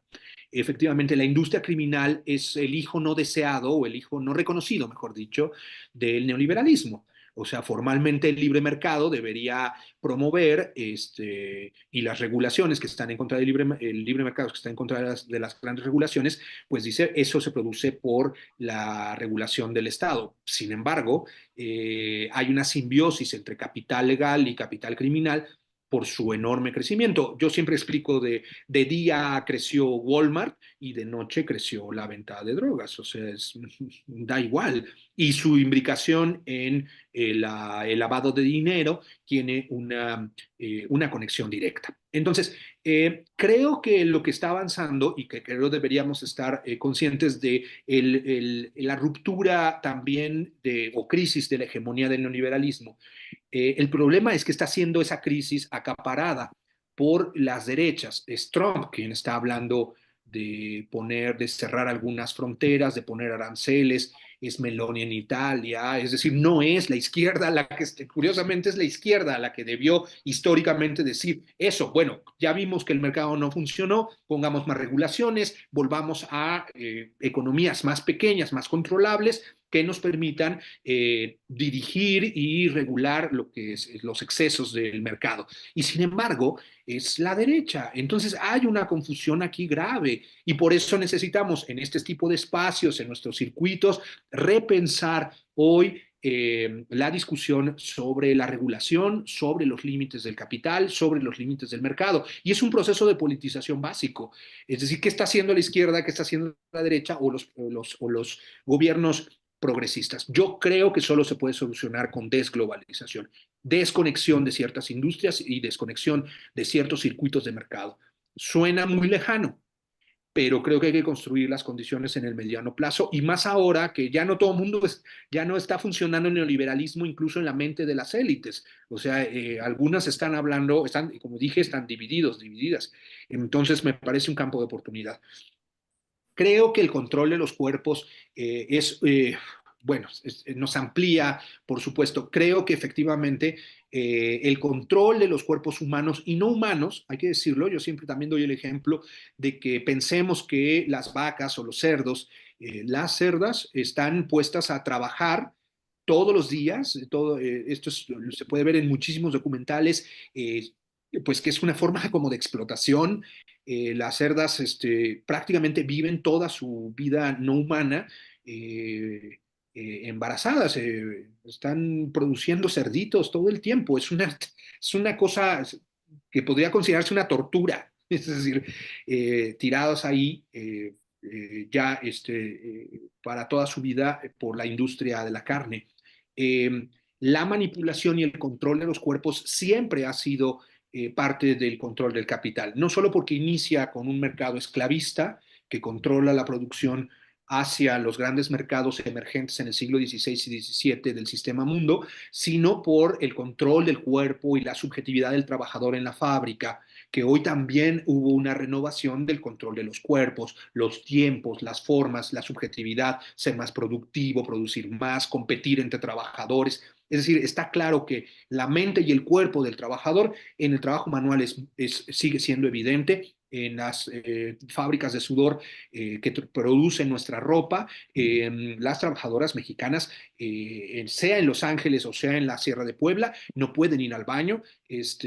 Algunas de ellas tienen que orinar en su lugar de trabajo, son hostigadas sexualmente, no pueden hablar entre ellas. En las fábricas de China las huelgas se hacen por WhatsApp, porque no pueden hablar entre ellas. En fin, el control de los cuerpos es parte del capital, es el capital mismo.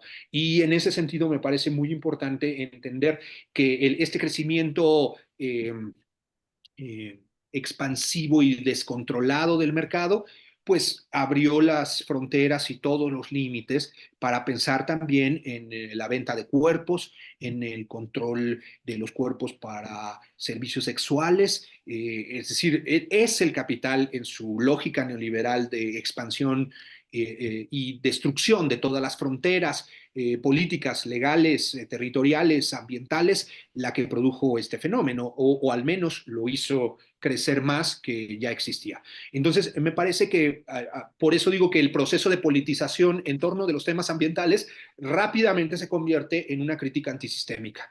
Y lo que he visto en talleres, en charlas como esta, es que la gente muy rápidamente, porque además vive el capitalismo, es experta de vivir en el capitalismo, ata rápidamente toda su experiencia cotidiana a una lógica insostenible del capital. Y por eso me parece un campo de oportunidad para la politización. Creo que es muy importante también vincular nuestra discusión efectivamente para politizar y cuestionar estas redes criminales o capital criminal o empresas criminales. Yo también digo, siempre son empresarios radicales, ¿no? Es decir, solo disputan el mercado a balazos, pero lo que hay entre Coca y Pepsi también es una guerra. Guerra monopólica, guerra por territorios, guerra por destruir al competidor, solo que en el caso de los empresarios radicales, pues lo hacen asesinándose y asesinando a los que estén alrededor. Al menos así también es en México, y creo que me parece muy importante entender la mano de obra incluso que necesita el capital criminal para producir transportar las mercancías ilegales, ¿no? Es una nueva forma muy poderosa en toda América Latina, el capital criminal, y creo que hay que empezar a comprender lo que vivimos de este monstruo de mil cabezas, la hidra capitalista, como la llamaban los zapatistas. Muy claro, César. Escucha, tenemos una última pregunta. No sé si alguien más quiere decir algo, si no compartimos qué nos deja esta construcción. Dice Julián, ¿la industria informática, en tu opinión, es insostenible? Si quieres más concretamente, ¿es insostenible Internet? Para mí es clara su insostenibilidad, pero también su necesidad. Entiendo el ejemplo de la industria automotriz y probablemente es cierto que el coach es insostenible en un sentido ecológico a largo plazo, pero es una tecnología a la que no se le puede dar vuelta atrás. Es decir, las tecnologías de transportación planetarias se han vuelto una necesidad, o al menos las tecnologías de transportación en general. En lo personal, no creo que abandonar las tecnologías sea viable ni la opción más integradora de mundos. ¿Estarías de acuerdo en una perspectiva primitivista de regresar a las tecnologías y mundos precapitalistas? Bueno, creo que es imposible regresar, pero creo que lo que una discusión democrática, precisamente porque creo que sería una democracia ecológica radical de la planeación de la producción y el consumo, es qué necesitamos y qué no.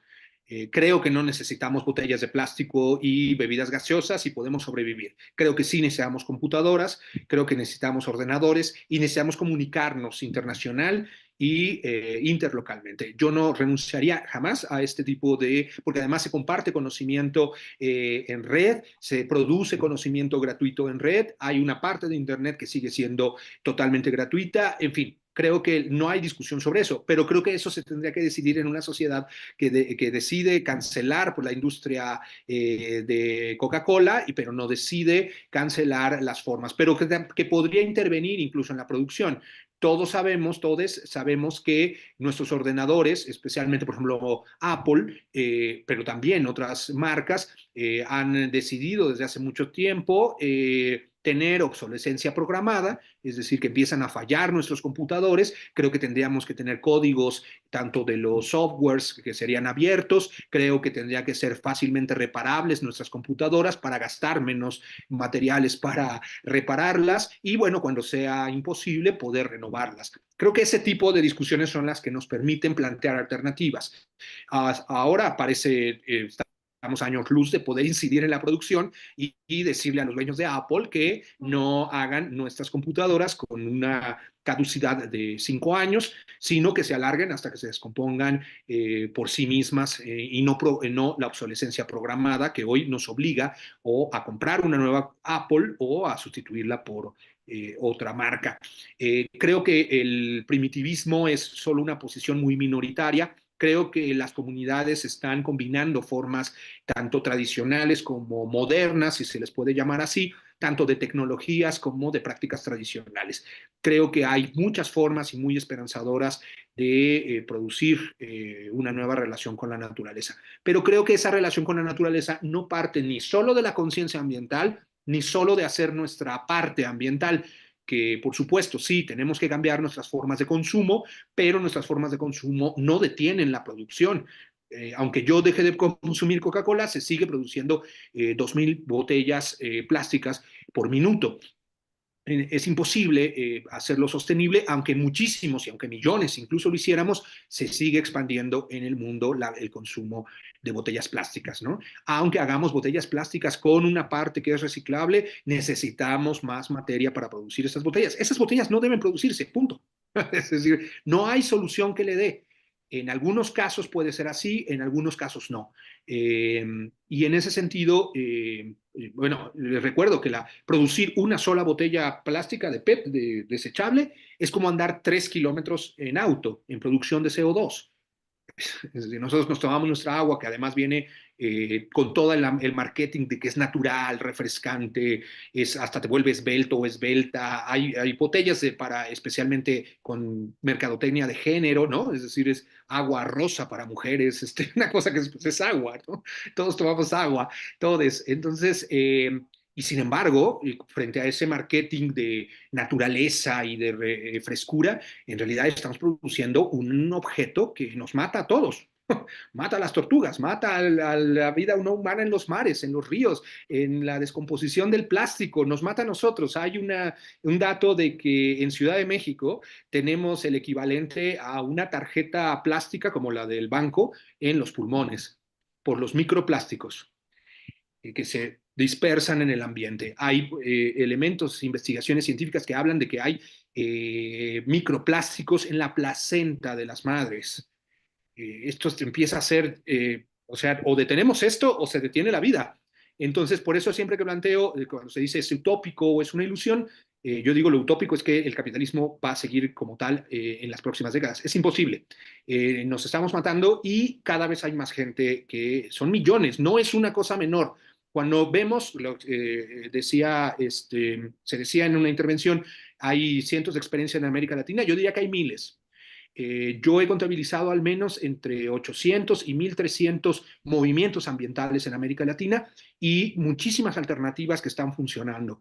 El pueblo Comcac, también en México, tiene un sistema de rotación, que eso es lo que le llaman los comunes, y que creo que todos y todas tenemos que informarnos de qué son, en relación a la gestión de cómo se pesca.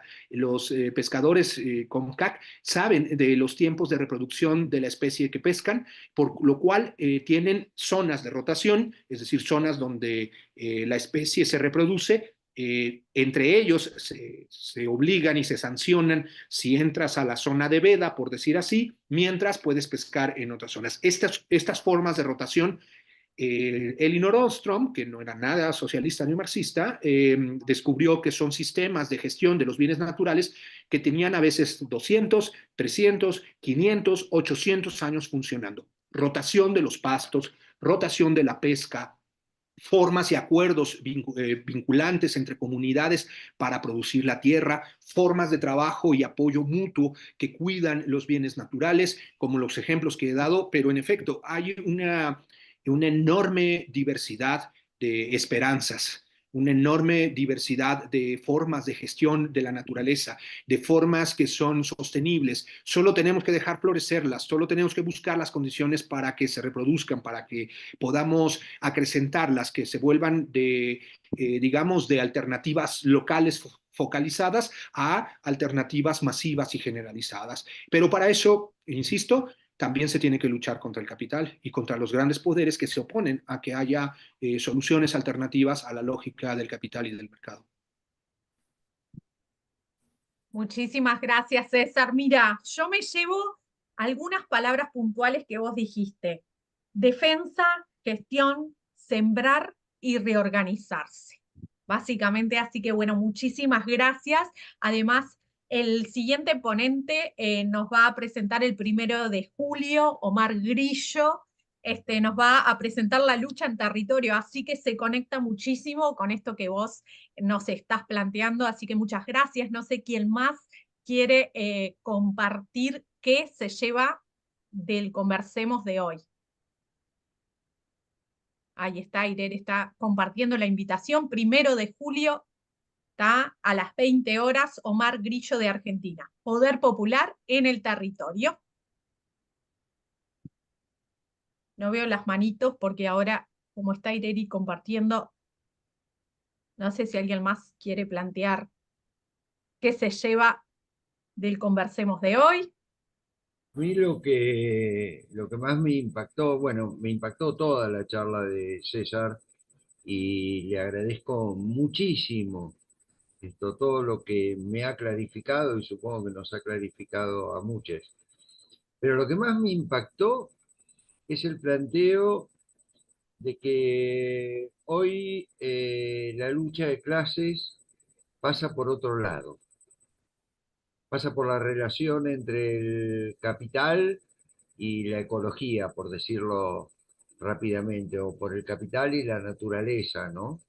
Y la insistencia que hiciste entre la posibilidad de continuar vivos las especies humanas y no humanas.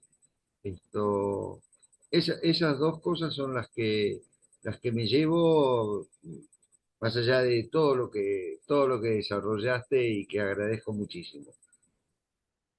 Muchas gracias.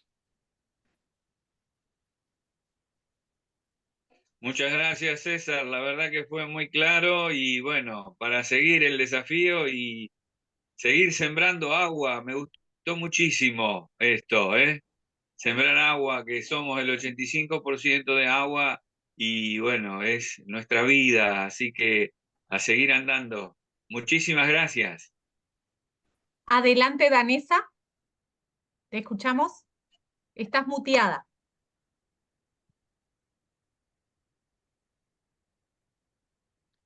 No te podemos escuchar. Ay, ahora sí. Ahora sí, ahora sí. Perfecto. Creo que tengo que ir a configuración. No, ahí te escuchas, ahí te escuchas. Ya no. Adelante, adelante, Danesa. Bueno, cualquier cosa nos escribes por chat. Muchas gracias, pone Danesa. Lara, muchas gracias, muy interesante y esperanzador. A ver, mira, la estoy admitiendo porque se ve que se había ido. Ah, se cayó, sí. Se cayó. A ver. Mientras sigo leyendo, Janet dice hay que revisar con detalle los ejemplos de territorio. Hay allí una gran beta, espero que no sea la única vez que contemos con su presencia. Muchas gracias, dice Silvia, muy interesante. Bueno, y Danesa, a ver si ahora nos escucha. Perdón, me cambié el celular porque en la computadora, bueno. Nada, agradecer, más yo que tipo, soy joven y realmente nunca me había planteado el impacto que tenía el capitalismo y que ya lo tenemos normalizado, quieras o no, porque ya está instalado. Y nada, agradecer eso y el simple hecho de decir una botella y qué impacto que tiene realmente en el medio ambiente, que no lo cuestionamos y que está bueno que lo que lo hayas planteado. Gracias. Gracias, Danesa. No sé si alguien más quiere compartir su pensar. Dale, Belén, adelante. Estás muteada. Nada, que escribí, pero se ve que no lo sé mandar, no sé. Nada, quería por un lado agradecer, segundo, creo que al final fue un mensaje como esperanzador, en donde creo que sí, que una vez más los cambios dependen de la organización social y de los cambios de mentalidad nuestros.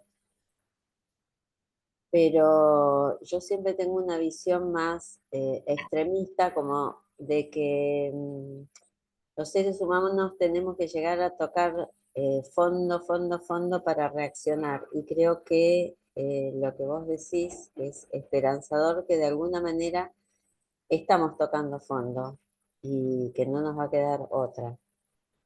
Generalmente y lamentablemente somos bastante gansos al respecto y reaccionamos solo en ese momento. Pero bueno, nada, eso. Muchas gracias. Me tengo que ir a abrir la puerta porque llega mi marido y se quedó afuera. Pero bueno, muchas gracias. Patri, Yo quisiera agradecer y decirte que te agradezco tu claridad, porque a veces falta claridad, ¿no? Uno está tan abrumada que se confunde mucho. Así que agradecer sobre todo la esperanza y la claridad. Muchas gracias. ¿Puedes decir algo final? Ah, perdón, alguien más. Vas. No, para ya cerrar, para no volver a intervenir, si quieres. Entonces déjame hablar, déjame decir algo. Rápido. ¿Sí? ¿Vale? ¿Puedo? adelante, ¿Me oyes? adelante. Ok, gracias. Yo tengo, en fin, en mi historia, etcétera, tengo un concepto conmigo mismo, con mis reflexiones, que el pecado original de la conciencia, me asumo un poco de izquierda o mucho, en fin, lo que sea, es ser humano. El ser humano hoy por hoy es pecador en el sentido, permítaseme terminar, en el sentido en el que estás inmerso en un medio donde lo que hagas es pecador, o sea, consumes plásticos, en fin, o sea, estamos hechos del pecado en cuanto a conciencia. Entonces, son mis reflexiones de todo el día, claro. No pienso en eso, pues, porque si no estaría deprimidísimo. Entonces tengo que deambular y entonces mis acciones del día a día son tratar de consumir menos, etcétera. Pero de que soy pecador, ¿no? Yo. Pero esto multiplicado, bueno, en fin, ahorita lo estoy multiplicando porque motivaste este tipo de situaciones, pero yo creo que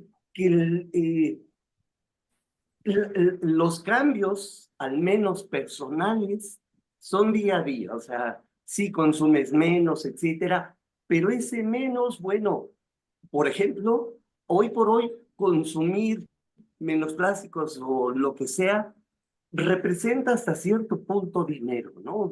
O sea, que no consuma ciertas cosas, otras cosas son caras, etcétera. Pero bueno, a lo que voy es que son contradicciones internas de todos los días o del cotidiano, de hacia dónde vas.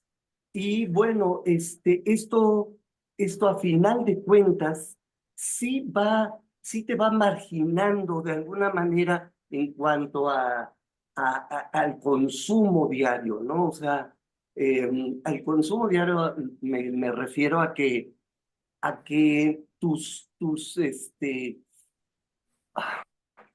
tienes que cambiar. Eh,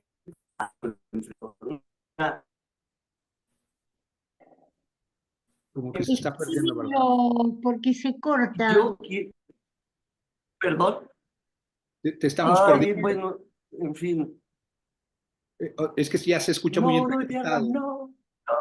Es la estabilidad de tu internet. La verdad, sí, seguramente, pero bueno, yo agradezco el reforzar mi autoconciencia. Espero que se haya entendido mi colofón de la plática y es una lucha intensa y personal, fuerte.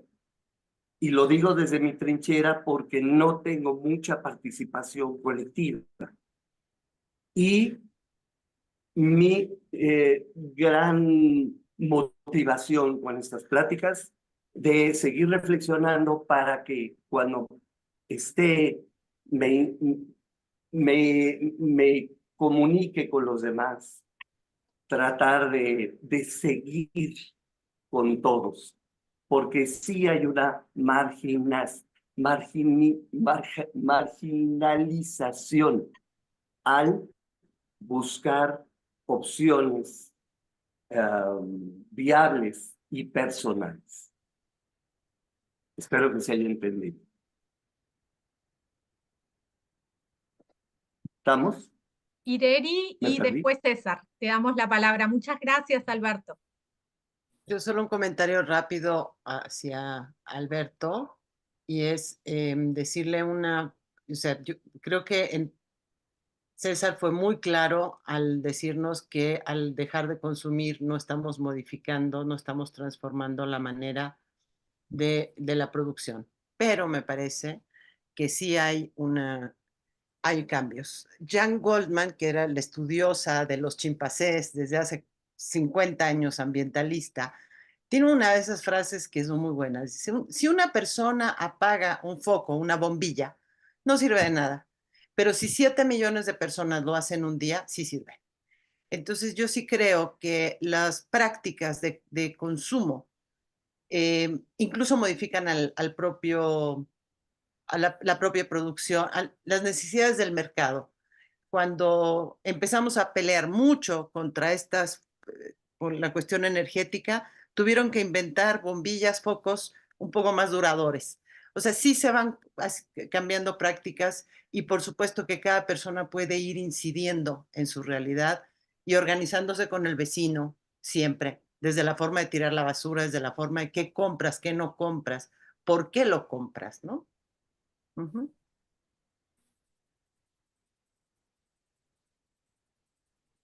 Bueno, a lo mejor para ir cerrando, totalmente de acuerdo con Ireri, decir un mensajito final, que se nos alargó la conversación, pero creo que estuvo buena. Y es, bueno, primero decir que creo que las huelgas de consumo se van a volver cada vez más importantes ante cierta desestructuración en ciertas zonas del sistema mundo de las organizaciones de trabajadores, o sea, organizaciones productivas. Creo que las huelgas de consumidores empiezan a provocar, ya hay muchísimas experiencias. Por ejemplo, en el caso de Sudáfrica, para el fin del régimen del apartheid, el boicot internacional hacia Sudáfrica significó en las empresas, es decir, presionar sobre las empresas y sobre el consumo y las compras que hacen, por ejemplo, las universidades, las compras masivas que hacen, los convenios que se tienen con ciertas empresas, han hecho, fue uno de los elementos fundamentales para que el régimen del apartheid, un régimen racista, un régimen antidemocrático, terminara. Entonces creo también efectivamente que una cosa es el consumo individual, que creo que hay que hacerlo, insisto, o sea, no hay que menospreciarlo, pero tampoco hay que sobreestimarlo, ¿no? Es decir, no es lo más importante que podemos hacer, aunque creo que debemos cambiar todos nuestros hábitos. Creo que debemos de consumir menos energía, creo que tenemos que eliminar todo el consumo de energía fósil posible, en fin, hay que hacer todos los cambios, consumir menos plástico. A veces es muy difícil hacerlo. Yo llevo cerca de 15 años tratando de sustituir cualquier botella plástica, pero a veces pues tengo que terminar tomando de una de ellas, ¿no? Entonces, pero entiendo que pues los límites del consumo son también limitados, aunque yo mismo haga muchas cosas en relación a los límites de mi propio consumo. Creo que el escenario que he mostrado, que podría ser mucho más largo y aterrador, da miedo. En la sexta declaración de la Selva Lacandona, los zapatistas, en unas frases muy lindas, dicen, sí, da miedo este monstruo de 1000 cabezas, esta hidra capitalista, dice, pero los pueblos aprendemos a controlar el miedo y a luchar contra él. Creo que lo que tenemos enfrente efectivamente es descomunal, pero muchos también, hay que recordar, están luchando en este mismo momento que nosotros estamos hablando. Acá se hace una charla, en algún otro lugar se está haciendo una movilización. En este mismo momento hay un piquete de huelga en otra parte del mundo. También hay una radio comunitaria que está transmitiendo en este mismo instante sobre los efectos del plástico en la comunidad. Es decir, nos vemos nosotros, pero en ese mismo momento hay millones de personas preocupándose, organizándose, luchando y haciendo algo. Y eso es esperanzador, porque Gramsci decía, pesimismo del intelecto, es decir, sí necesitamos entender el monstruo que nos enfrentamos, optimismo de la voluntad, decía Gramsci. Necesitamos tener una voluntad frente a lo que nuestro intelecto realmente racionaliza como el peor desastre de la humanidad, y la voluntad de luchar por la vida en todas sus formas, la humana y no la no humana. Y finalmente decir, yo cuando a veces me deprimo, porque a veces pues la carga de información y de desastre frente a lo que sucede en el mundo, pues a uno lo tira, ¿verdad? Yo acompañé precisamente a una comunidad, varias comunidades integradas en el Frente de Pueblos en Defensa de la Tierra, que son los opositores a este proyecto aeroportuario que explicaba hace rato, que es uno de los más conocidos en México, incluso internacionalmente, pero también por la represión que sufrieron en 2006. Se detuvieron a más de 200 personas. Se violaron a cerca de 30 mujeres, los policías lo hicieron, y a los líderes, especialmente a 12, a 60, a 8 de ellos, perdón, los condenaron a 60 años de cárcel, y a los que eran los más involucrados en el movimiento los condenaron a 105 años de cárcel. Las mujeres se organizaron para lanzar la campaña por su liberación. Una de ellas es Trini, es de la edad de mi madre, y la acompañé a ella y a las mujeres de esas comunidades, y era simplemente imposible pensar en la liberación de los presos. Era un momento muy oscuro. Trini en particular, su hija estaba escondida, clandestina. Sus 2 hijos tenían órdenes de aprehensión y tenían que ir a firmar, ya estaban fuera de la cárcel, pero su esposo, que era el principal líder del Frente de Pueblos en Defensa de la Tierra, estaba condenado a 105 años de cárcel. Tu familia está destruida, tienes todo el aparato comunicacional y represivo del Estado sobre tus familias, sobre tu comunidad, y en el proceso de acompañarla, yo la veía muy cansada, había problemas también organizativos, problemas pues internos. Imagínense ustedes lo que ha de significar para esas comunidades poder resistir.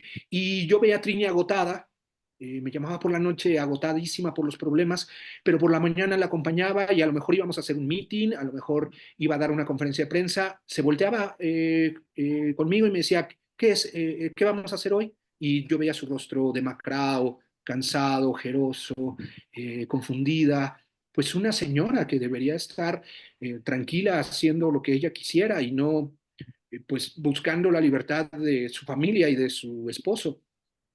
Me decía, ¿qué hay que hacer? Yo le decía, oye, Trini, oye, recuerda que hay que hacer esto y aquí está el papel, y recuerda a los manifestantes, esto, y decía, bien. Volteaba hacia su comunidad, volteaba hacia ver a sus campesinos, hacia la gente que estaba apoyando, y se convertía en otra. No sé qué pasaba. Una señora, una ama de casa, se convertía en otra, agitaba a la gente, decía que no podíamos fallar, que no se podía bajar la lucha, de que no se podía detener, que íbamos a seguir y que íbamos a lograr la libertad de los presos. Después de 2 años lo logramos. Y yo siempre me quedo con esa imagen de esa señora común, humilde, pobre, una ama de casa que no terminó la educación primaria y que tenía una fuerza descomunal. Esa fuerza descomunal, yo siempre digo, si ella la tenía, los demás la tenemos. Si ella no se derrotaba, los demás no nos derrotamos. Si ella puede, todos los demás podemos, porque ella es la imagen de esa fuerza, a veces incomprensible, de los pueblos por resistir años, quizá décadas en sus luchas. Y esa fuerza, la de los pueblos, es la que va a restituir a la naturaleza, la que va a conservar los bosques, la que va a descontaminar el agua y la que va a hacer que sobrevivamos.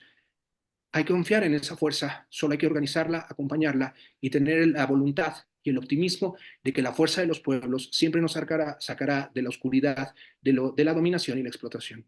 Tarde o temprano, siempre la dominación y la explotación terminan gracias a la lucha de los pueblos. Pues eso.